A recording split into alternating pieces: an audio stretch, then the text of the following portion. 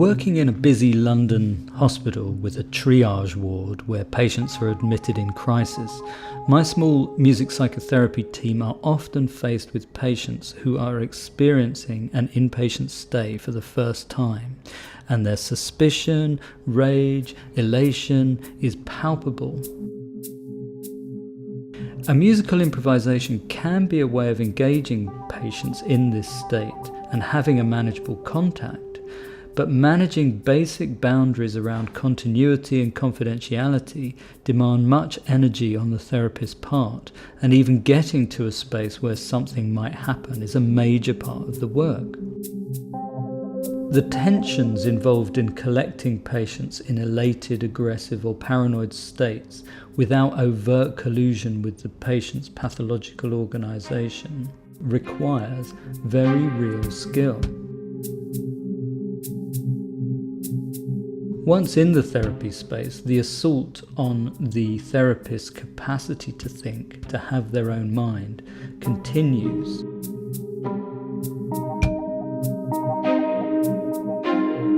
One patient I saw over several years, initially on the intensive care unit at the hospital, on entering the music therapy room for the first time, immediately became lost in an idealized vision of the hospital being a spaceship flying through the vacuum of space.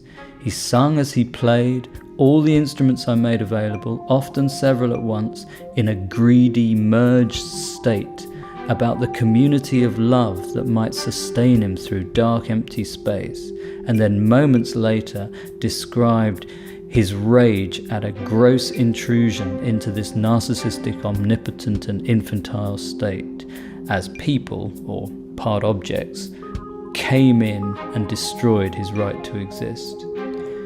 I think this is a clear example of Steiner's conceptualization of Klein's original idea of the paranoid schizoid position, in which idealization and denigration follow in this quick succession.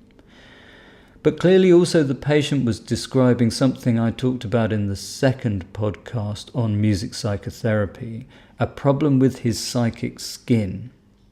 In this case, torn, broken, possibly never fully formed, in which his identity remained incredibly fragile, susceptible to small environmental triggers that kept him trapped in the refractory cycle of short spells in the community and much longer spells in hospital. His need to retreat was palpable. I wasn't allowed to play.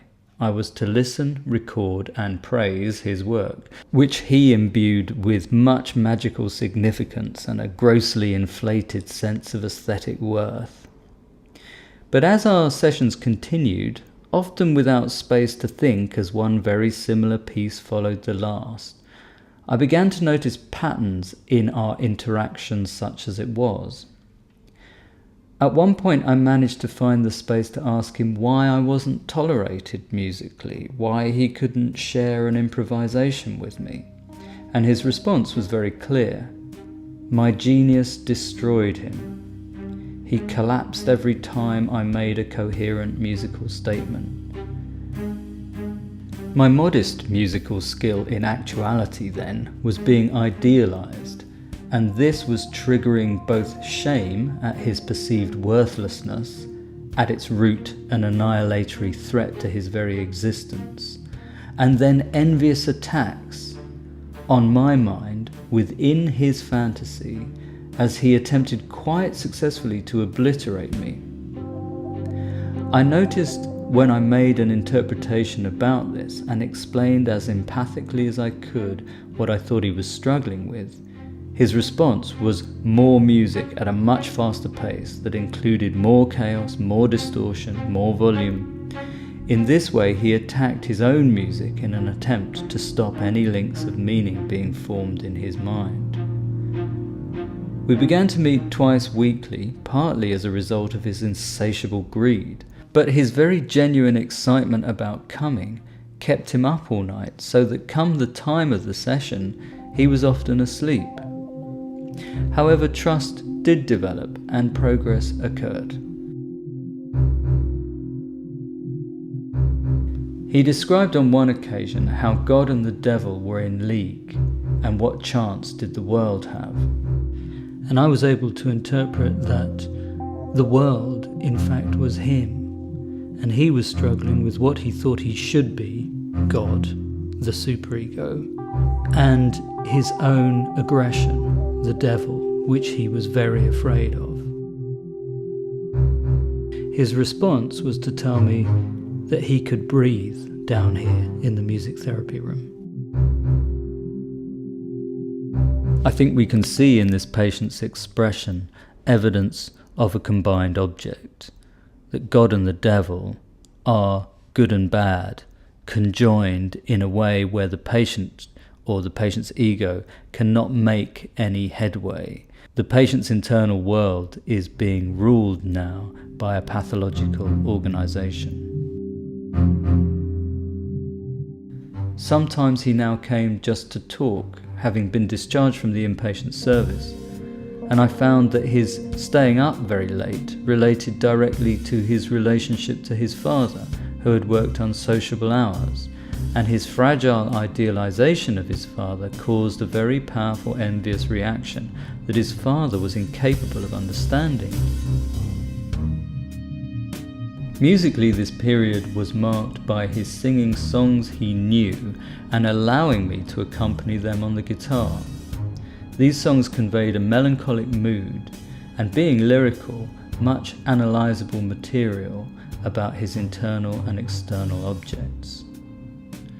It was this process of accepting the retreat and empathizing with his very real need for it that allowed space for ego growth, where his identity was so fractured and intermittent that it was destroyed moment by his own envy and shame.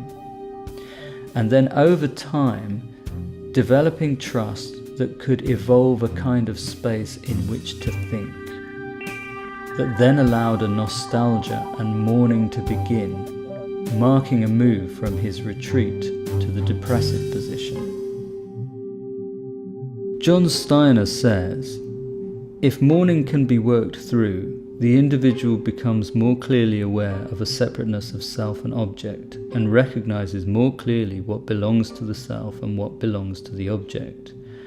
When such separateness is achieved, it has immense consequences, because along with it go other aspects of mental function, which we associate with the depressive position, including the development of thinking and symbol formation.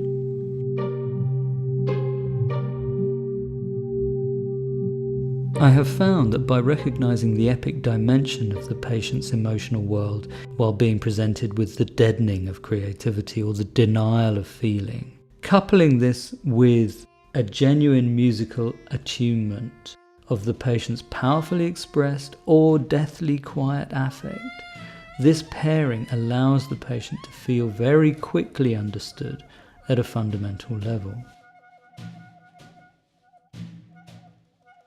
Facilitating the enhancement of the patient's creativity is a worthy goal in music psychotherapy, and yet much more difficult than one might imagine to achieve.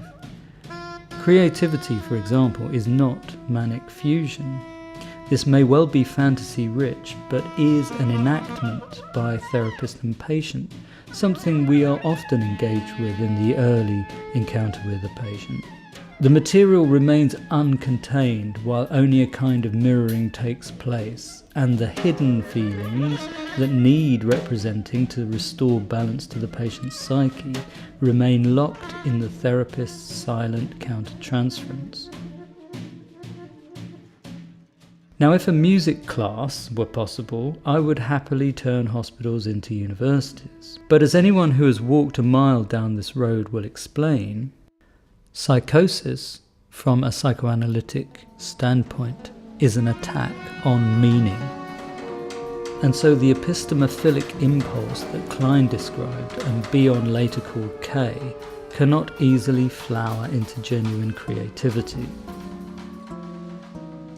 To explain, the epistemophilic impulse is the desire to learn about the world from early infancy onwards. First, the desire to experience mother's body and then her mind and its contents, and the baby then uses this as a blueprint for further exploration of the world and its wonders. Now, shame can destroy this K-link. Envy of an overproductive therapist keen to show their skill can delay or even destroy the possibility of these first faltering steps in this direction. Anxiety stimulated by a lack of continuity or too much change, on the other hand, can further impede this process. It might also be worth considering that genuine creativity is about working within constraints to achieve new connections and further new form. And this speaks, I think, to the value of boundary setting and of manageable disappointment. In other words, a move from a retreat in which anything is possible but nothing exists, or a paranoid schizoid position in which no continuity can be maintained, to the depressive position where loss can be managed, old patterns can be let go of, and we might allow space without being overpowered by annihilatory anxiety for new forms to emerge.